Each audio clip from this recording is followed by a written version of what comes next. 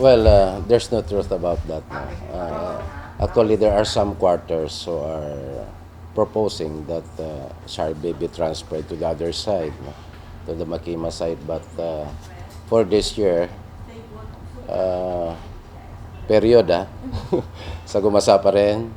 Kini ang tubag may kalabutan sa impormasyon nga ibalhin matud pa sa Pikas Lawak, partikular na sa munisipalidad sa Maasim, ang venue sa pagsaulog sa Sarangani Bay Festival 2016. Kini tungod sa mga opinyon ug suhestyon sa mga sarangan nga mailhan og makita usab ang pikas bahin sa Sarangani. Apan matud ni Larry Asparin, dili pa kini andam og dili pa kini ang saktong higayon aron dinhi ipahigayon ang selebrasyon karong tuiga. Ubay-ubay pa kuno ang mga factors nga angayang ikonsidera sama na lamang sa kakuwang pa sa infrastruktura sa munisipalidad nga maoy moakomodar sa mga bisita. Aduna usay problema karon sa potable water ang munisipalidad ug kini ang angayang sulbaron una aron walay kalautang mahiaguman ang mga bisita. Wala usab kuno'y taas nga white sand beach sa Maasim ug kini kuno ang maka-attract sa mga bisita nga mobalik-balik sa Sarangani.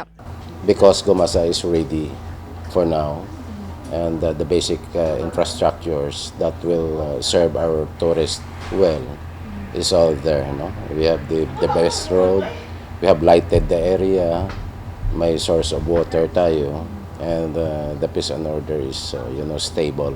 Samtang karon pa lamang nangandam na kuno ang buhatan alang sa maong kasaulugan. Nagbutang na kuno sila og street lights padulong sa lugar. Nakahanay na usab ang peace and order nga iimplementa ato sa selebrasyon. Samtang nakitang suliran usab sa buhatan ang basurang mabilin sa baybay human sa paglingaw-lingaw. Apan matud niini, nakigkoordina na sila sa barangay officials aron kini basolusyonan.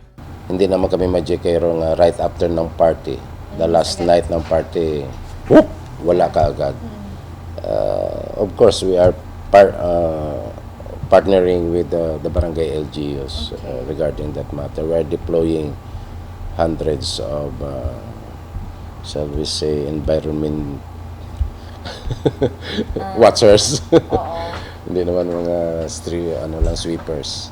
Jess Saladuna, Brigada News.